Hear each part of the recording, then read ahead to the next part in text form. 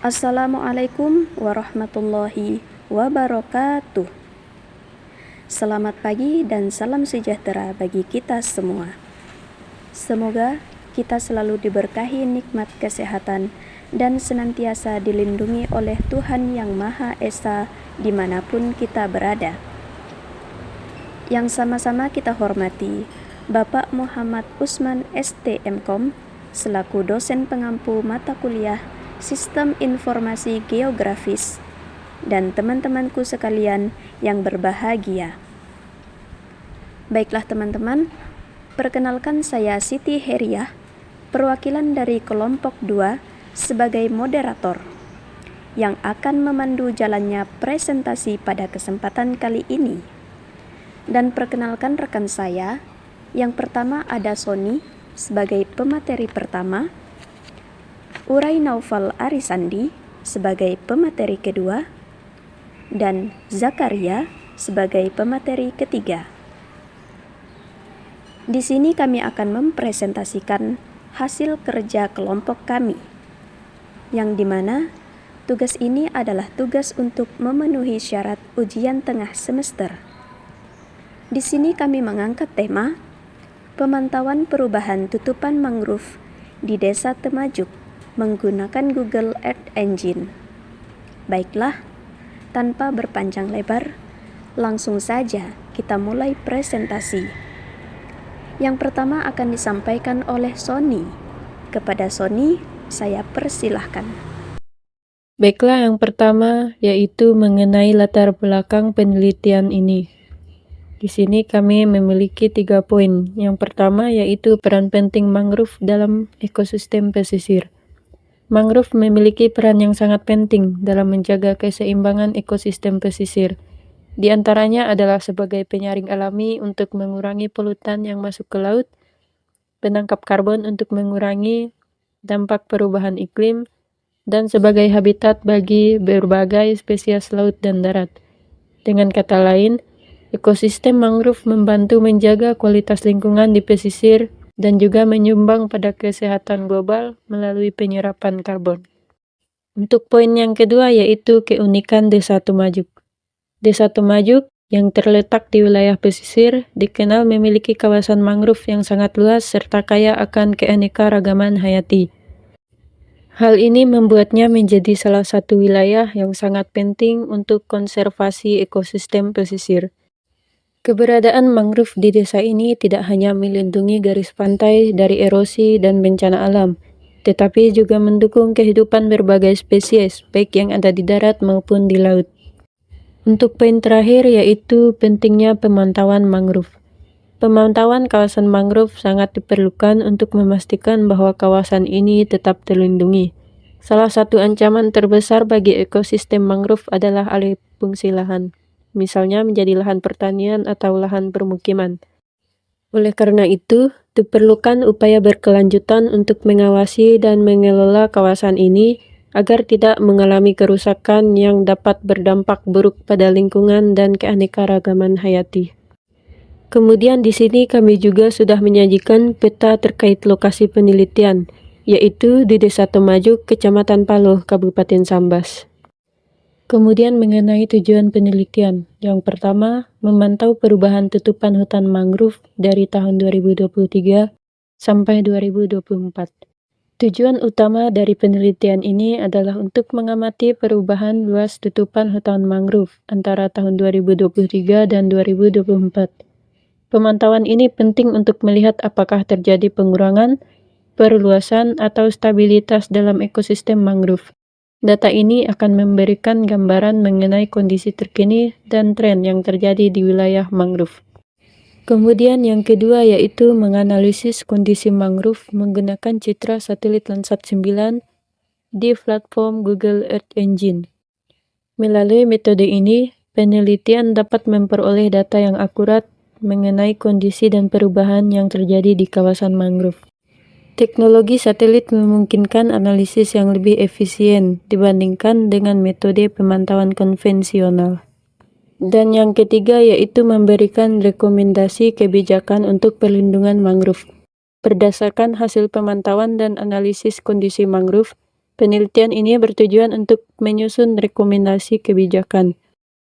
Rekomendasi ini diharapkan dapat digunakan oleh pihak terkait sebagai dasar dalam mengambil langkah-langkah perlindungan dan konservasi mangrove. Dengan adanya kebijakan yang tepat, diharapkan ekosistem mangrove dapat tetap terjaga dan memberikan manfaat jangka panjang bagi lingkungan dan masyarakat. Untuk yang selanjutnya yaitu mengenai data dan metode. Data yang digunakan dalam penelitian ini menggunakan citra satelit Landsat 9 yang diambil dari tahun 2023 sampai 2024. Data ini merupakan salah satu sumber yang penting karena memberikan gambaran detail mengenai perubahan tutupan lahan, khususnya ekosistem mangrove, melalui citra satelit dengan resolusi yang baik. Adapun metode yang kami gunakan dalam penelitian ini ada 4. Yang pertama yaitu pengumpulan dan pra-pemrosesan data atau cloud masking. Langkah pertama adalah mengumpulkan data citra satelit dan melakukan pra-pemrosesan. Salah satu teknik yang digunakan dalam tahap ini adalah cloud masking untuk menghilangkan gangguan dari awan pada citra sehingga hasil analisis lebih akurat. Setelah data siap, dilakukan perhitungan NDVI atau Normalized Difference Vegetation Index untuk mengidentifikasi tingkat kehijauan dan kondisi vegetasi, serta NDWI atau Normalized Difference Water Index untuk memetakan keberadaan air. Dua indeks ini memberikan informasi penting mengenai kondisi mangrove dan area sekitarnya. Metode ketiga yaitu klasifikasi tutupan lahan. Data citra satelit kemudian diklasifikasi untuk mengidentifikasi tipe-tipe tutupan lahan, termasuk area mangrove, air, lahan terbuka, dan vegetasi lainnya. Klasifikasi ini membantu memahami distribusi dan perubahan luasan mangrove di wilayah yang diteliti. Kemudian metode yang terakhir yaitu analisis perubahan luasan mangrove. Dalam tahap ini menganalisis perubahan luasan mangrove dari tahun 2023 hingga 2024. Hasil dan analisis ini memberikan informasi tentang dinamika dan tren perubahan, yang kemudian bisa menjadi dasar dalam penyusunan rekomendasi kebijakan. Metodologi detail. Pertama, pengumpulan data. Unduh citra dengan cloud filter lebih dari 20%. Kedua, pra-pemrosesan. Masking awan dan bayangan dengan MAS KL9SR. Ketiga, perhitungan NDVI dan NDWI untuk identifikasi area mangrove lebih akurat.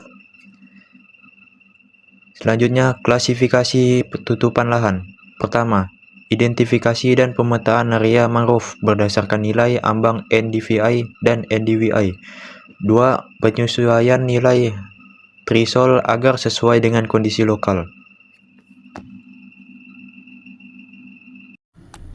Baik, untuk selanjutnya adalah analisis perubahan. Dalam analisis perubahan, kami membandingkan hasil klasifikasi tutupan lahan dari tahun 2023 dan 2024. Tahapan ini dilakukan dengan membuat peta perbandingan dari kedua tahun tersebut untuk mendeteksi perubahan pada area mangrove. Apakah ada penambahan, penurunan, atau stabilitas dari luasan mangrove tersebut. Dan proses ini membantu kami memahami dinamika yang terjadi pada tutupan lahan mangrove dalam rentang waktu yang teliti. Oke, selanjutnya hasil penelitian. Di sini ada hasil penelitian kami, yaitu hasil penelitian menunjukkan bahwa tidak terdapat perubahan signifikan dalam luasan hutan mangrove di Desa Temajuk antara tahun 2023 dan 2024. Hal ini dapat kita lihat dari peta hasil analisis yang menunjukkan stabilitas area mangrove dari tahun ke tahun. Stabilitas ini memberikan indikasi positif bahwa masyarakat dan kebijakan yang ada berhasil menjaga kelestarian mangrove.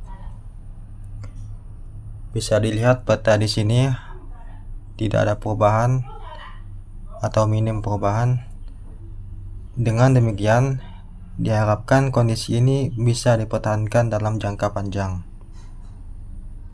Baiklah teman-teman, dari apa yang tadi disampaikan oleh pemateri, bisa disimpulkan bahwa yang pertama, mangrove di Desa Temajuk stabil dalam periode penelitian. 2. Google Earth Engine efektif untuk pemantauan skala besar. 3. Stabilitas ini menjadi dasar untuk pelestarian mangrove di masa depan. Terima kasih kepada teman-teman yang sudah menyimak presentasi kelompok kami, dan tentunya terima kasih kepada dosen pengampu mata kuliah Sistem Informasi Geografis Bapak Usman atas bimbingan dan arahannya kepada kami. Semoga presentasi kelompok kami bisa dipahami dan bermanfaat bagi kita semua. Kami berharap apa yang telah kami presentasikan bisa menjadi bahan diskusi kita bersama, sebagaimana kita mengerti bahwa diskusi bukan untuk terlihat pintar, tapi untuk belajar bahwa pendapat pribadi belum tentu benar. Kami akhiri presentasi kali ini. Wassalamualaikum warahmatullahi wabarakatuh.